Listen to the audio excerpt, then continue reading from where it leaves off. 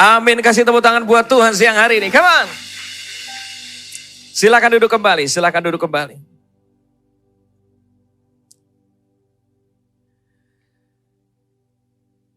Semua katakan pause. Sekali lagi katakan apa? Pause. Nah, saya minta multimedia bisa bantu saya. Kalau kita lagi muter musik, ya ada satu tombol itu tombolnya namanya pause. Pause itu adalah ketika kita tuh berhenti sejenak. Bukan berhenti selama-lamanya. Break sebentar. Dalam kehidupan ini kita butuh namanya pause. Karena kalau orang gak punya waktu break, orang gak punya waktu istirahat, maka bisa punya banyak masalah. Orang yang seringkali keletihan, kecapean, yang terjadi seringkali apa? Dan gak ngambil waktu break. Yang terjadi apa? Gampang pusing, betul gak? Orang kalau udah kelelahan, kecapean itu bisa gampang pusing. Yang berikutnya orang kalau udah kelelahan seringkali itu udah gak ada lagi ide-ide baru. Udah gak kreatif, monoton hidupnya. Karena apa? Terlalu lelah. Saya seringkali selalu mengingatkan diri saya. Jangan over. Karena berbahaya. Mesin kalau dipakai terus juga lama-lama bisa burn out, bisa kepanasan. Harus ada waktu break. Kita butuh namanya rest area, betul nggak? Break dulu. Dalam kehidupan juga sama. Orang kalau udah kelelahan, kecapean dan tidak punya break, yang terjadi apa? Gampang emosi. Terus salah ambil keputusan. Orang yang kelelahan seringkali akan menjadi orang yang mudah banget untuk menyerah. Udah deh, karena kecapean seringkali istri lagi ngomong apa dikit, udah, cukup. Udah, aku udah gak sanggup sama kamu. Lihat, mudah nyerah. Karena apa? Kecapean. Nah, ada sebuah kisah di Alkitab yang membantu kita untuk mengerti ini. Supaya benar-benar hari ini, di dalam kehidupan kita, kita punya waktu namanya pause, break. Jangan kelelahan. Saya baca kitab Kejadian ya. Ketika Tuhan itu selesai menciptakan langit dan bumi, Kejadian 2 itu menulis. Semua ketika selesai untuk diciptakan, maka Tuhan itu mengambil waktu untuk beristirahat. Ya. Orang kalau nggak ada breaknya hajar terus, bahaya. Bahaya. Itu ngomong bisa ngaco. Suatu kali saya pernah baca satu Twitter dari seseorang yang bisa dikatakan hari ini adalah orang yang terkaya menurut ukuran dunia ya. Orang ini workaholicnya luar biasa banget. Ya, kerja kerasnya jangan tanya. Saya pernah baca satu artikel orang ini kalau kerja udah, jamnya sih gak masuk akal. Udah kayak bukan manusia, udah kayak robot beneran. Suatu kali di dalam titik kelelahannya dia gak sadar. Ngomongnya mulai ngaco. Dia mulai pakai drugs dan segala macam. Lihat. Orang kalau udah kelelahan itu bisa ngaco hidupnya. Makanya Tuhan rindu setiap kita dalam kehidupan ini harus punya waktu namanya pause. Harus ada breaknya Bapak Ibu. Kalau kita nggak punya waktu ini, hidup kita bisa ngaco. Harusnya kita bisa mencapai ke titik maksimal yang Tuhan mau percayakan dalam hidup kita. Tetapi karena kita nggak punya pause, kita nggak punya rest, kita nggak punya break, bahaya. Lukas 10:38-42. Ini kisah tentang Maria dan Marta. Coba kita baca kisahnya. Ketika Yesus dan murid-muridnya dalam perjalanan, tibalah ia di sebuah kampung. Seorang perempuan yang bernama Marta menerima dia di rumahnya. Perempuan itu mempunyai seorang saudara yang bernama Maria. Maria ini, dia duduk, dia ambil waktu pause, duduk, dia dekat kaki Tuhan dan dia terus mendengarkan perkataannya Tuhan Yesus. Dia ngambil waktu break. Ayat 40. Sedang Marta sibuk sekali melayani. Melayani itu bagus. bekerja itu bagus, tetapi kalau over dan tidak ada waktu untuk beristirahat, ujungnya nggak akan jadi baik. Yang terjadi apa ketika Marta itu sibuk sekali melayani? Di sini dikatakan, Marta mendekati Yesus dan berkata, Tuhan, tidakkah engkau peduli bahwa saudaraku membiarkan aku melayani seorang diri? Suruhlah dia membantu aku. Tetapi Tuhan menjawabnya, Marta, Marta, engkau khawatir dan menyusahkan diri dengan banyak perkara. Tetapi hanya satu saja yang perlu. Maria telah memilih bagian yang apa? Terbaik. Yang tidak akan diambil daripadanya. Dengan kata lain, Maria itu memilih yang paling benar dulu. Sebelum kesibukan semua ada. Karena kalau dia nggak duduk, dia nggak dekat, dia nggak mendengarkan perkataanku, dia mau lakukan apapun juga nggak akan punya pengaruh yang besar. Marta, di sini dikatakan dia sibuk sekali apa? Melayani. Dan ketika dia sibuk sekali melayani, yang terjadi apa? Marta tuh suka nyalain Tuhan. Dia panggil Tuhan dan dia ngomong, Tuhan, kok Tuhan biarin deh. Saudaraku kok nggak peduliin aku? Kamu nggak peduli ya Tuhan ya? Lihat, orang kalau udah kelelahan, tidak punya waktu break, nggak punya waktu rest di dalam hadirat Tuhan, seringkali tuh suka nyalain Tuhan. Kegenjat dikit, Tuhan, mana Tuhan? Katanya Tuhan gini, katanya Tuhan gini. Tuhan kok gitu sih? Tuhan nyalain Tuhan dulu.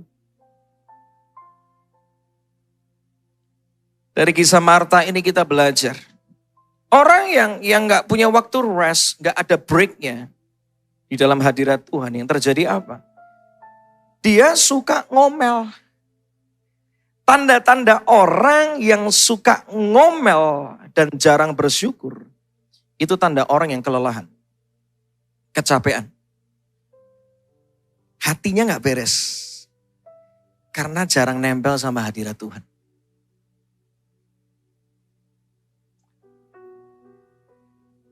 Hari ini saya mau katakan Tuhan mau pulihkan hidup Anda.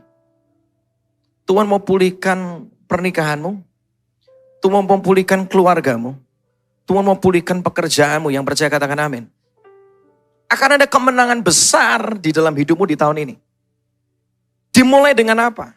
Ketika kita punya waktu rest, punya waktu pause di dalam hadirat Tuhan. Matius 14 ayat 23. Ini cerita setelah Yesus bikin mujizat 5 roti dan 2 ikan. Bisa kasih makan 5.000 orang, sisa 12 bakul. Mujizat yang begitu spektakuler banget. Ketika mujizat itu setelah selesai dikerjakan, yang terjadi apa? Kita coba lihat ayatnya. Dan setelah orang banyak itu disuruhnya pulang. Yesus suruh orang-orang itu pada pulang setelah mujizat itu terjadi. Yesus naik ke atas bukit untuk apa? Berdoa seorang diri. Lihat. Yesus sedang mengajarkan satu prinsip dalam kehidupan ini. Boleh kerja, boleh pelayanan, boleh lakukan beraktivitas, silahkan. Tetapi jangan sampai kelihatannya engkau mencapai ini dan itu. Lama-lama itu memakan dirimu sendiri. Tuhan ajarin kita melalui Matius 14:23. Di dalam mujizat yang Yesus lakukan, itu selesai. Yesus memilih naik ke atas bukit seorang diri dan dia berdoa di sana. Dia ambil break. Dia ambil pause. Coba kita lihat ayat berikutnya, Markus 1:35. Ini satu prinsip kehidupan yang Tuhan sedang mau nyatakan buat kita supaya semua yang ada di hidupmu itu jadinya optimal. Tuhan gak mau setiap kita dikuasai kekhawatiran. Dia mau kita benar-benar hidup itu di dalam kemenangan, bukan lagi suka ngomel. Tapi penuh ucapan syukur. Kita lihat Markus 1 ayat 35. Ini ayat adalah ayat setelah malam itu Yesus bikin mujizat. Ada orang sakit disembuhkan, ada orang yang dirasuk setan itu dibebaskan. Dan yang terjadi apa? Keesokan harinya setelah banyak mujizat Yesus lakukan, Ketika hari masih gelap, Yesus sudah bangun. Dan meninggalkan rumah itu dan pergi sendirian ke tempat yang sunyi untuk berdoa. Tangkap prinsip kehidupan ini. Di tengah banyak mujizat, apa sih yang bikin Yesus bisa melakukan ini dan itu? Ternyata kuncinya di sini. Ketika dia punya waktu untuk break. Waktu untuk istirahat. Di dalam kitab Kejadian dituliskan dengan jelas, ketika satu demi satu hari ini dan itu diciptakan. Alkitab menulis apa? Jadilah petang dan jadilah apa? Pagi. Ini menarik. Tuhan ngajarin prinsip yang sederhana di sini. Karena kalau malam gak beres untuk beristirahat, pagimu gak bakal produktif. Orang yang kekurangan jam istirahat, itu oksigen gak bisa naik, Pak. Betul ya? Seringkali yang terjadi apa? Pusing. Gak produktif. Bawaannya pengen emosi karena istirahatnya kurang.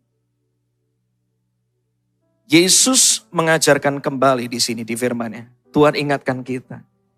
Ambil break, ambil pause. Jangan takut. Karena apa? Alkitab ngomong juga di Mazmur 127. Tuhan masih bisa memberkati kita pada waktu kita tidur. Artinya apa? Momen di mana kamu rest, berkat Tuhan masih bisa mengejarmu. Gak usah takut. Itu jaminan dari perkataan firman. Gak usah takut. Jangan dipikir kekuatanmu lah. Hasil kerja kerasmu lah. Yang membuat berkat Tuhan itu bisa ada di hidupmu. Enggak. Itu anugerah Bapak Ibu. Anugerah. Kalau Tuhan gak buka pintu, mana bisa kita ngalamin. Betul gak? Kalau Tuhan sudah tutup pintu, tidak ada satu manusia pun yang bisa membuka. Kunci berkat itu di tangan Tuhan. Kita coba lihat hidupnya seorang raja. Raja Daud sibuk pasti. Mikirin negaranya, mikirin bangsanya, mikirkan banyak hal saya ngelihat kalau Daud. Tapi yang terjadi apa? Dia tahu satu prinsip ini. Kemenanganku bukan di dalam strategiku. Kemenangan hidupku bukan di dalam pengalamanku, bukan di dalam koneksiku. Nah, coba kita lihat Mazmur 5 ayat 4. Dikatakan sebab kepadamu aku berdoa ya Tuhan. Dengarlah seruanku di waktu apa? Pagi. Dia pagi-pagi dia mendahulukan Tuhan dulu. Dia ngambil waktu pause. Sebelum aku melangkah, sebelum aku beraktivitas, Tuhan dulu. Pagi-pagi ku bawa persembahanku. Pujianku. Penyembahanku sama Tuhan. Ku nantikan jawabanmu. Ya Tuhan. Ada satu lagu lama. Saat pagi hari ku datang lagi. Terus gimana? Menghadap Tuhan dan rendahkan diri. Mengucap syukur buat hari yang kau beri. Memuji Tuhan dengan sepenuh hati. Ku sembah Kau, Allah Maha Kudus. Ku tinggikan Allah Maha Tinggi. Ku serahkan tubuh jiwa rohku dalam pimpinanmu Tuhan. Kalau engkau memulai hari bersama dengan Tuhan, kau gak sibuk ngurusin yang lain dulu. Sepanjang hari bakal jadi indah. Percaya ini. Saya punya satu quote yang sering kali saya ucapkan berulang-ulang kali. Dengar ini. Kalau Tuhan jadi prioritas, hidupmu jadi berkualitas. Manusia itu seringkali yang bermasalah itu karena urutan hidupnya salah. Saya akan ingatkan Anda sama sebuah ilustrasi yang saya pernah sampaikan beberapa waktu yang lalu. Istri saya ini seorang pembuat kue. Suatu kali saya tanya sama dia, sayang, itu kalau misalnya terigu harusnya urutan kedua, kamu jadi ini urutan pertama. Telur harusnya urutan ketiga, kamu jadi urutan kedua. Pokoknya kamu bolak-balik urutannya deh. Kira-kira kuenya bakal jadi apa enggak? Saya tanya gitu sama dia. Dan dia jawabnya gini, ya enggak bakal bisa jadi kalau urutannya dibolak-balik. Nanti kalaupun jadi ya, jadinya enggak enak, kuenya enggak bisa mengembang, jadinya bantat. Waktu saya ngobrol sama istri saya kayak gitu, saya dikasih hikmat sama Tuhan. Banyak orang kenapa hidupnya jadinya bantat, gak mengembang. Gak punya pengaruh, gak punya dampak. Karena apa? Prioritas hidupnya salah. Harusnya Tuhan itu urutan pertama, tapi seringkali Tuhan cuma dicari waktu kepepet, betul gak? Harusnya Tuhan itu yang membangun, yang mengawal hidupmu di permulaan harimu. Tapi seringkali engkau cuma cari Tuhan kalau lagi dalam tekanan doang. Hari ini, kalau engkau pengen ngalamin Tuhan dengan lebih lagi, mulailah hari bersama dengan Tuhan. Amin. Kalau Tuhan jadi prioritas, hidup jadi berkualitas. Untuk bisa pause dalam hadirat Tuhan. Di dalam Ibrani 10, ayat 19 sampai 20. Ternyata ini untuk semua kita. Semua kita punya akses untuk bisa ngalamin keindahan, kuasa, keajaiban, manisnya hadirat Tuhan. Ini buat semua kita. Bukan cuma buat kalangan orang tertentu, no. Akses ini buat setiap kita. Kalau satu orang bisa ngalamin, Anda juga bisa ngalamin. Coba kita lihat ayatnya dulu. Ibrani 10, 19 sampai 20 dalam firman Allah yang hidup dikatakan. Jadi saudara-saudara yang saya kasihi, karena darah Yesus, sekarang kita boleh memasuki tempat Maha Kudus. Tempat di mana Allah itu berada. Inilah jalan baru yang menghidupkan, yang telah dibukakan oleh Kristus bagi kita. Dengan merobek tirai itu, yaitu tubuh insaninya, supaya kita dapat menghadap hadirat Allah yang kudus. Semua kita punya kesempatan yang sama untuk bisa ngalamin manisnya, indahnya hadirat Tuhan. Jangan sampai gak dipakai Bapak Ibu dalam hidup ini. Kalau semua kita punya kesempatan yang sama untuk bisa menikmati pelukan hadirat Tuhan. Pakai itu. Itu anugerah. Zaman dulu orang Israel gak bisa sembarangan ketemu Tuhan. Namanya imam itu kalau mau ketemu Tuhan, setahun sekali hidupnya gak kudus, mati dia. Bayangin. Tapi hari ini, karena darah Yesus, kita jadi mudah sekali untuk bisa ngalamin indahnya hadirat Tuhan. Nah, ada 3 berkat yang luar biasa. Apa sih yang bisa terjadi ketika engkau punya waktu break, istirahat di dalam hadirat Tuhan? Yang pertama ini, orang kalau hidupnya itu punya waktu pause atau break dalam hadirat Tuhan, dia bisa ngalamin namanya pertama itu di hadirat Tuhan ada namanya pemulihan. Semua katakan pemulihan. Sekali lagi katakan pemulihan. Kisah Para Rasul 3 ayat 19 dalam firman Allah yang hidup dikatakan. Berpalinglah kepadanya.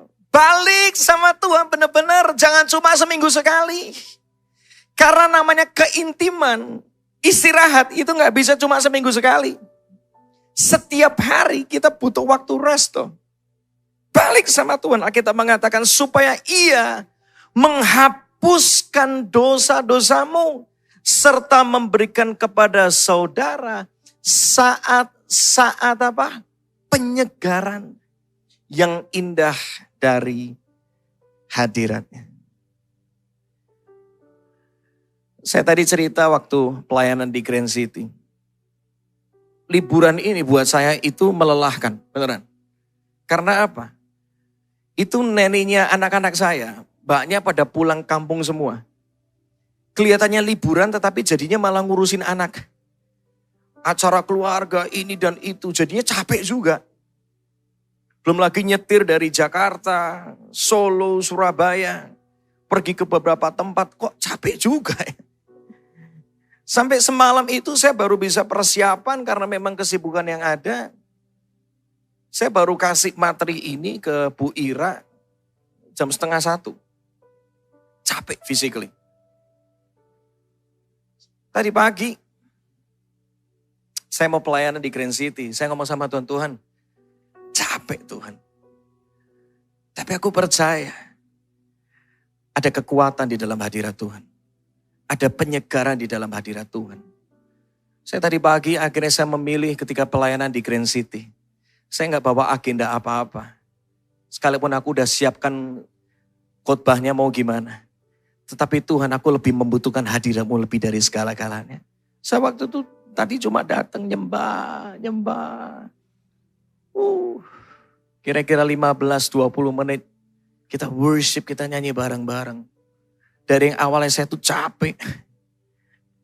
Tuhan segarkan kembali. Tuhan kasih saya kekuatan yang baru. Di-recharge lagi. Jadi hidup lagi. Saya mau katakan bahwa kita butuh waktu untuk disegarkan kembali. Supaya semangat kita itu kembali hidup. Dan itu cuma bisa terjadi di mana Alkitab mengatakan di hadirat Tuhan. Seringkali bukan kekuatan Tuhan itu nggak ada, tetapi karena kita nggak pernah nempel sama sumber kekuatannya. Seringkali bukan Tuhan nggak pulihkan kita, tetapi tiap kali Tuhan memanggil kita untuk Tuhan mau pulihkan kita nggak pernah datang di sana. Nah, kita mengatakan, datanglah kepadaku engkau yang berletih lesu dan beban berat. Aku mau kasih kamu kelegaan. Tetapi setiap kali Tuhan panggil Anda nggak pernah datang. Hari ini undangan itu kembali buat Anda. Kalau kau pengen ngalami kekuatan yang baru dalam hidupmu, kekuatanmu kembali pulih, pengharapanmu kembali pulih, semangatmu, sukacitamu kembali pulih, ketenanganmu kembali pulih. Firman Tuhan cuma ngomong, itu cuma ada di hadirat Tuhan. Mazmur 62 ngomong, hanya dekat apa? Allah saja aku tenang. Kalau kita gak dekat sama Tuhan, kita gak rest di dalam hadirat Tuhan. Ketenangan tuh hilang. Tapi ketika kita nempel sama Tuhan, ketenangan itu ada dalam kehidupan kita. Karena kalau orang gak tenang, seringkali bisa salah ambil keputusan, betul gak? Bisa salah ngomong, salah meresponi, gampang sakit hati, karena hatinya gak tenang. Pikiran salah terus. Kadang-kadang tuh hal yang besar, itu bermula dari masalah yang kecil kok seringkali. Karena tuh hari ini Tuhan mau pulihkan di titik-titik kecil dalam kehidupanmu, yang kalau itu gak diperhatikan, suatu kali bisa jadi masalah besar. Dimulai dengan apa? Yuk kita pause yuk dalam hadirat Tuhan. Bangun pagi, nyembah Tuhan. Ada kesegaran di sana.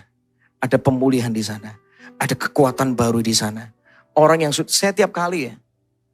Sekalipun kelihatannya pelayanan gini-gini, saya juga masih manusia.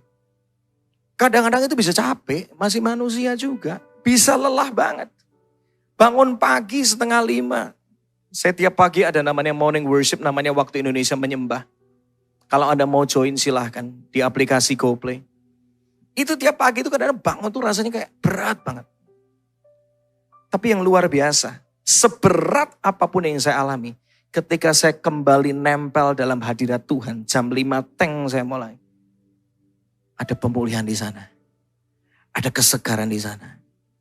Kalau ikan itu butuh air untuk dia bisa kembali hidup. Betul kan? Dia kembali bernafas, dia kembali bisa bergerak aktif. Saya mau katakan, manusia itu butuh hadirat Tuhan untuk bisa kembali hidup.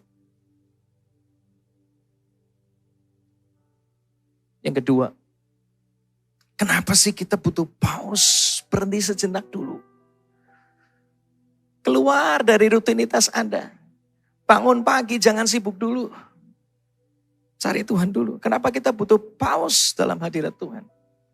Karena ternyata di hadirat Tuhan itu ada sumber pewahyuan. Semua katakan pewahyuan. Sekali lagi katakan pewahyuan. Keluaran 25 ayat 22. Di zaman bangsa Israel, di zamannya Musa, itu Tuhan itu cuma hadir. Itu di sebuah tempat namanya ruang maha kudus. Ya.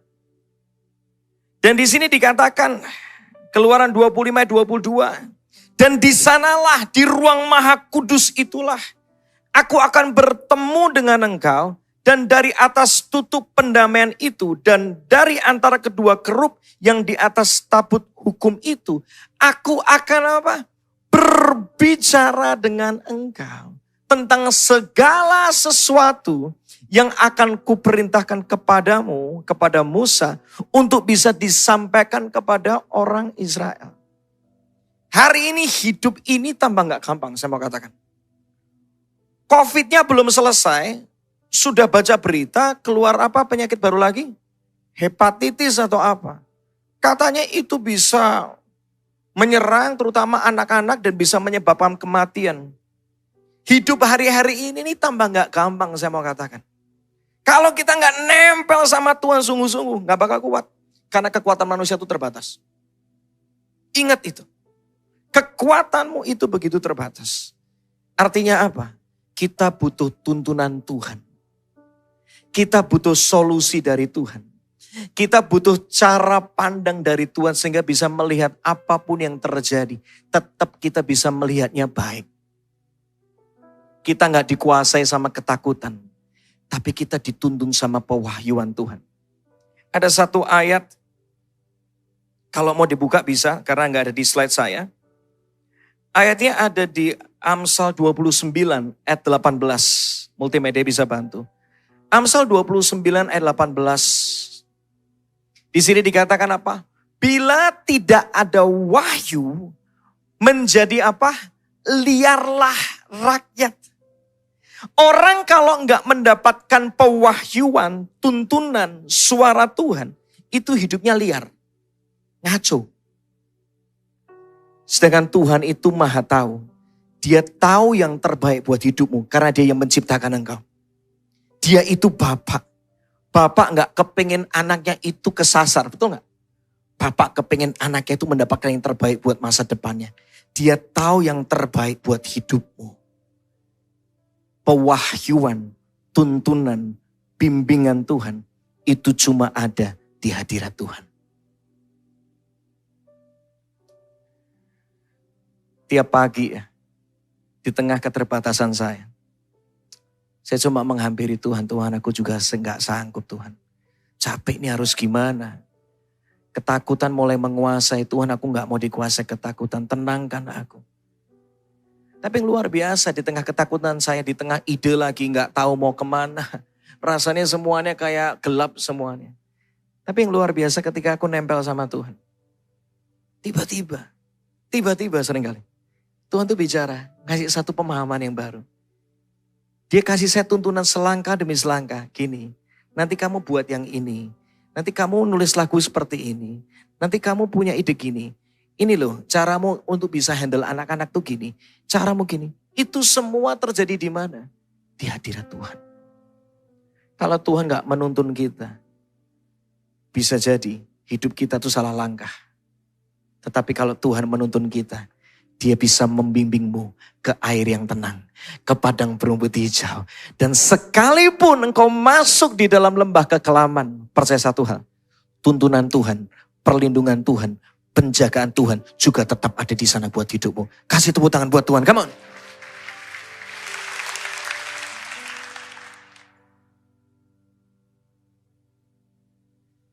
Kalau engkau punya pause, rest, break dalam hadirat Tuhan. Tuhan bisa berbicara. Seringkali saya diingatkan. Ketika saya lagi duduk di sofa, di tempat di mana saya seringkali menyembah Tuhan. Lagi sambil main gitar gitu. Tuhan bicara. Ki, cara ngomongmu ngawur. Kamu harus bertobat. Kamu harus berubah. Ki, tinggalkan dosa yang ini. Ki, Tuhan tuh kayak ngomong. Saya mau tanya di sini, kalau Anda orang tua, Anda seorang ayah, sering gak Anda ngomongin anak Anda supaya hidupnya benar? Saya cukup yakin, Anda pasti sering ngomongin. Karena Anda sayang sama anak Anda, makanya Anda suka berbicara. Kita ini kan diciptakan serupa dan segambar dengan Bapa di surga. Kalau ayah kita suka ngomong sama kita, Bapa di surga juga suka ngomong sama anak-anaknya. Tuhan mau tunjukkan yang terbaik, peringatannya, diingetin kita.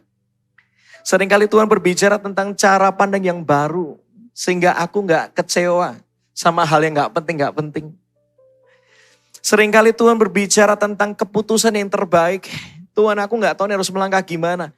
Ini gimana, seringkali saya dikuasai sama emosi saya yang udah meledak-ledak. Ini kok gini sih, kerja sama-sama orang kok jadinya kayak gini sih. Kesel banget. Tetapi ketika momen saya ambil break, saya tenang dulu. Saya gak ngambil keputusan apa-apa. Saya memilih untuk masuk dalam hadirat Tuhan. Tuhan, yang Tuhan mau apa? Tunjukkan. Jangan ambil keputusan ketika emosi menguasai Anda. Keputusanmu bisa ngawur. Ketika kau emosi, pilihlah untuk berdoa. Karena satu keputusan kecil yang kelihatannya salah, itu ternyata bisa berdampak puluhan tahun ke depan. Saya ketika lagi ngalamin kayak gitu, saya kadang-kadang ada teman yang saya ngajak curhat. Atau sama istri saya ngobrol. Ini ngalamin kayak gini, kesel sih. Aku gak tahu keputusannya gimana, dan aku gak berani putuskan. Momen itu saya milih untuk apa? Break. Saya duduk kadang-kadang di meja makan saya. Lalu saya ambil waktu untuk dengerin lagu dan saya mulai menyembah Tuhan. Karena cuma 5 menit gitu. Tapi tiba-tiba ketika 5 menit itu saya kembali tenang. Dan Tuhan kayak ngasih, tunggu dulu deh. Tunggu dulu. Nanti kamu akan ngerti. Nanti kamu akan ngerti. Serius. Saya bisa bayangkan hidup saya kalau gak ada tuntunan Tuhan itu jadinya gimana. Saya gak bisa bayangkan. Pasti ngaconya minta ampun. Tuntunan Tuhan di dalam hadirat Tuhan. Itulah yang membuat masa depan kita jadi punya masa depan yang penuh dengan pengharapan. Yang terakhir, yang ketiga. Sampai sini semuanya diberkati? Amin. Amin. Yang ketiga, yang terakhir. Bagaimana kita bisa pause di dalam hadirat Tuhan? Kenapa kita perlu ini? Karena ternyata di dalam hadirat Tuhan, ketika kita ngambil rest, pause dalam hadirat Tuhan, yang terjadi apa? Disitulah letak sumber pengurapan kita. Ada kuasa Tuhan, ada otoritas Tuhan. Itu dinyatakan di sana. Yohanes 11:21 dikatakan. Ini ceritanya saya kasih latar belakang dikit. Lazarus itu saudaranya Maria sama Marta. Mati sudah 4 hari. Yesus baru datang setelah itu. Singkat cerita ketika Yesus datang, Marta itu berjumpa dulu sama Yesus. Dikatakan di sini ayat 21, Yohanes 11 bisa tampilkan. Maka kata Marta kepada Yesus, Tuhan, sekiranya engkau ada di sini, saudaraku pasti apa? Tidak mati. Ketika Marta berjumpa dengan Yesus, itu Yesus sama sekali tidak tergerak untuk membangkitkan Lazarus. Kalau Anda baca detail, nggak ada respon Yesus apa-apa, biasa aja. Cuma ngobrol, cuma perbincangan doang. Tetapi kita lihat ayat 32. Ada sesuatu yang beda dengan Maria. Setibanya Maria di tempat Yesus berada dan melihat Yesus, tersungkurlah ia, Maria itu di depan kaki Yesus. Beda banget. Dia ngambil waktu sejenak untuk tersungkur. Baru dia berkata kepada Yesus. Pesannya sama persis.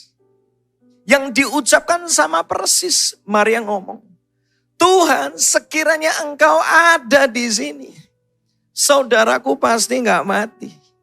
Dua-duanya punya perkataan yang sama. Bisa jadi kalau dalam keseharian seringkali kita bisa ngomong hal yang sama. Melakukan tindakan yang sama. Tetapi kok ada orang yang benar-benar punya pengaruh dalam hidupnya. Tetapi kalau ada orang kok biasa-biasa ya. Saya mau katakan, orang yang punya pengaruh, itu karena di dalam hidupnya ada pengurapan Tuhan di sana. Perkataannya diurapi. Coba kita lihat. Yohanes 11:33. 35, ada satu perubahan yang begitu besar. Ketika Yesus melihat Maria menangis. Dan juga orang-orang Yahudi yang datang bersama-sama dia, maka maskulah hatinya. Hati Yesus hancur, dia gak tahan. Waktu dia ketemu Marta, biasa aja. Tapi ketika dia berjumpa dengan Maria ngomong hal yang sama. Yesus langsung responnya beda. Ya hancur. 34. Di manakah dia? Kamu baringkan. Yesus gak sabar untuk segera membangkitkan Lazarus. Jawab mereka, Tuhan, mari lihatlah. 35. Maka apa? Menangislah Yesus. Orang yang selalu memberi Tuhan. Saya akan ulang dikit. Orang yang selalu memprioritaskan Tuhan dalam hidupnya. Jangan kaget, engkau juga diprioritaskan sama Tuhan. Ada pembedaan yang Tuhan akan kerjakan di hidupmu. Tapi orang yang seringkali nganggap Tuhan sembarangan, jangan kaget. Jangan kaget. Kita kan susah ngalamin apa-apa. Dahulukan Tuhan. Cari Tuhan. Pause di dalam hadirat Tuhan. Kita tahu kisah berikutnya. Lazarus dibangkitkan. Bagaimana kita bisa pause dalam hadirat Tuhan? Ada 5 langkah yang sederhana. Pertama, kita tuh cuma mau bisa pause, rest, dalam hadirat Tuhan. Yang pertama itu kalau kita tuh sadar. Sadar apa sih? Kalau ada manfaatnya. Atau kedua karena penderitaan. Saya ketika merenungkan ini kayak gini. Saya dikasih pewahyuan sama Tuhan. Tahu nggak kenapa orang akhirnya mau berolahraga? Biasanya itu cuma karena 2 hal. Pertama karena lihat temennya itu jadi lebih fit, lebih seger, lebih baik gara-gara berolahraga. Yang kedua karena sakit penyakit. Betul nggak? Gara-gara kolesterolnya naik, dia tidak punya pilihan selain berolahraga. Supaya tubuhnya jadi lebih sehat. Peredaran darahnya kembali lancar. Orang benar-benar mau tersungkur di kaki Tuhan dan ngambil prioritas dalam hidupnya Tuhan segala-galanya. Itu biasanya namanya manusia. Itu kalau melihat kesaksian hidup orang. Atau karena dia ngalamin tekanan dalam hidupnya. Hari ini sadarlah. Bahwa kalau bukan karena hadirat Tuhan. Kita tuh terbatas. Kita butuh Tuhan lebih dari segala-galanya. Amin. Bagaimana kita bisa pause dalam hadirat Tuhan? Yang berikutnya, punyailah kedisiplinan waktu. Orang kalau hidupnya gak teratur, itu gak akan kemana-mana hidupnya. Gak bisa, hidup itu harus ada keteraturan. Gak bisa seenaknya. Saya belajar untuk setiap pagi, bangun pagi, 4:30 bangun pagi, jam 5 teng, ambil gitar nyembah. Kalau saya gak punya keteraturan itu, hidupku kan stagnasi. Tapi begitu aku punya waktu khusus dengan Tuhan, Tuhan membawa aku dari satu kemuliaan kepada kemuliaan yang lebih besar, lebih besar, lebih besar, lebih besar. Indah. Punyailah kedisiplinan waktu yang tepat. Tadi kita lihat Yesus. Dia punya disiplin waktu. Sebelum memulai hari, sesudah dia itu capek melakukan ini dan itu, selalu punya waktu break. Itu disiplin. Itu sebuah pola kehidupan. Berikutnya, bagaimana kita bisa punya pause in His presence dalam hadirat Tuhan. Carilah tempat yang sunyi atau tempat yang mendukung. Ini penting. Saya tiap kali bangun pagi, saya kalau nyembah, cari Tuhan benar-benar di pemulaan hari, itu bukan di kasur. Kenapa? Kasur itu bisa membawa saya dalam pencobaan masalahnya. Karena apa? Ini masih daging. Bangun pagi-pagi itu kan masih ngantuk ya. Dan kalau kita tuh masih di kasur, percayalah itu bablas. Dari selamat pagi Tuhan sampai amin bisa jadi itu lewatnya 1 jam. Kenapa? Ketiduran. Saya kalau bangun pagi, saya langsung keluar, cuci muka. Saya nggak lagi di kasur saya. Bisa jadi di ruang tamu, bisa jadi meja makan. Tempat di mana posturnya memang nggak lagi posisi untuk tidur. Yesus memilih untuk bangun, pergi keluar kota. Ada prinsip tempat di sini. Ke tempat yang sunyi untuk bisa berdoa. Bangun ini, tahun ini bangun ini. Karena urusan keintiman beres, yang lain engkau akan ngalamin terobosan. Semuanya itu kembali ke hubungan. Yesus datang ke dunia cuma untuk bisa terkoneksi sama hidup Anda. Cari tempat yang sunyi, tempat yang mendukung. Berikutnya, tinggal dikit lagi. Punyailah komunitas. Beda memang saya sadar, saya semenjak membangun komunitas namanya Waktu Indonesia Menyembah setiap pagi di aplikasi GoPlay. Itu ketika ada temen, itu jadinya memang beda. Sekarang udah era teknologi, Anda bisa cari semudah ada di YouTube, ada di GoPlay kalau saya.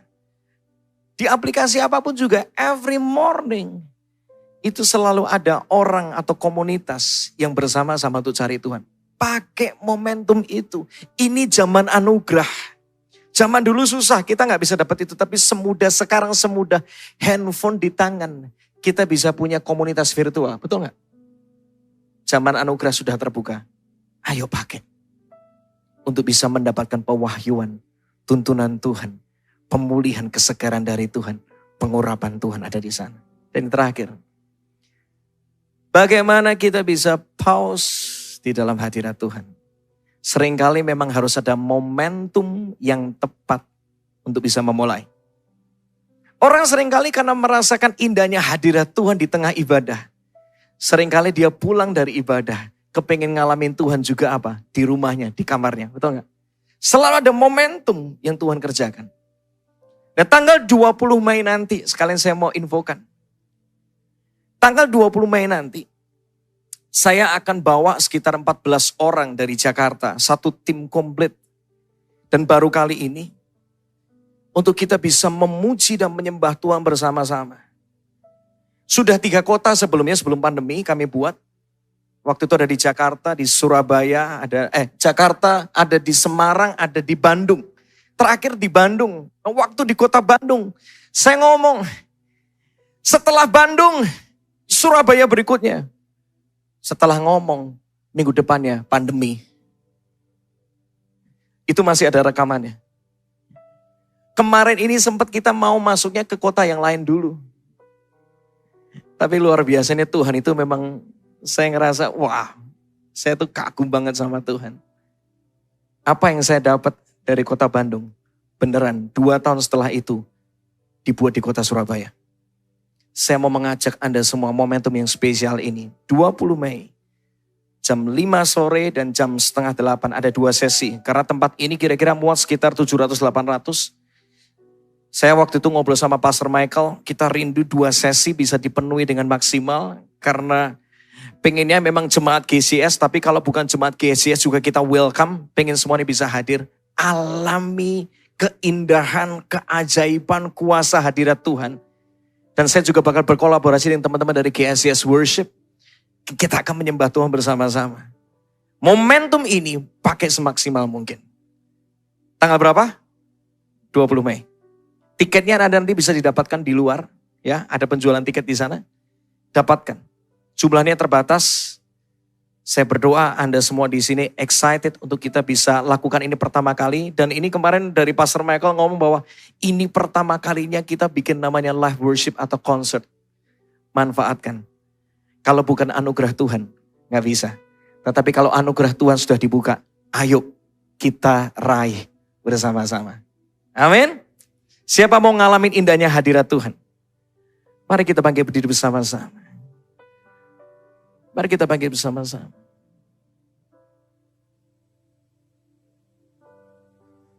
Ku masuk ke hadirat-Mu. Nyanyikan lagu ini. Di tempat kudus-Mu, Tuhan. Tiada kata-kata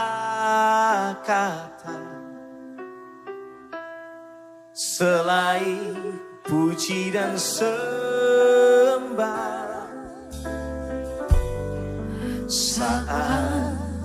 Saat ini, yes. Alangkah indahnya Tuhan bersamamu, bersamamu.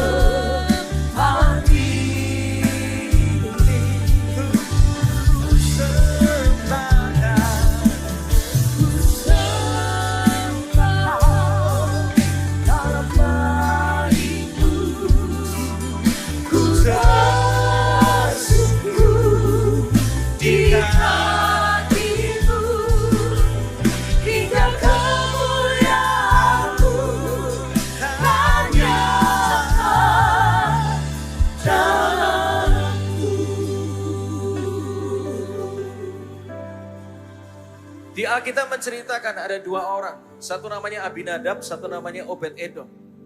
Abinadab itu namanya tabut perjanjian.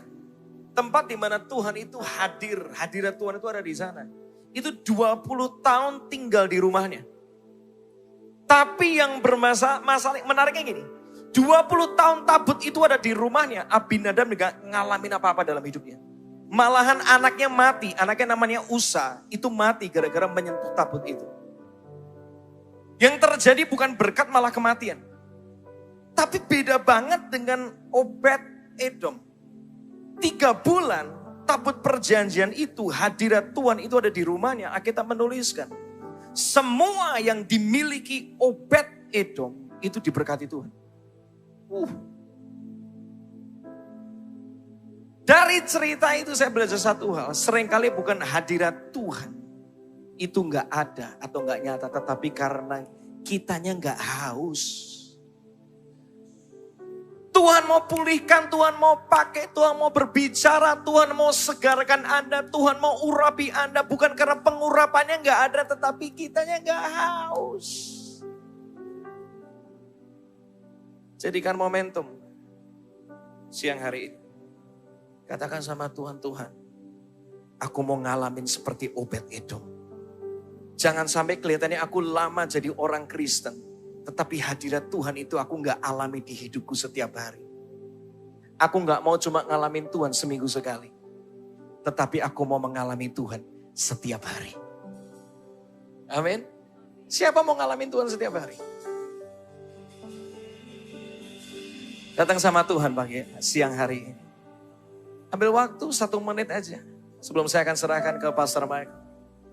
Ada waktu saat ini Tuhan. Hari ini kalau aku gak bangun mesbah di rumahku, di kamarku.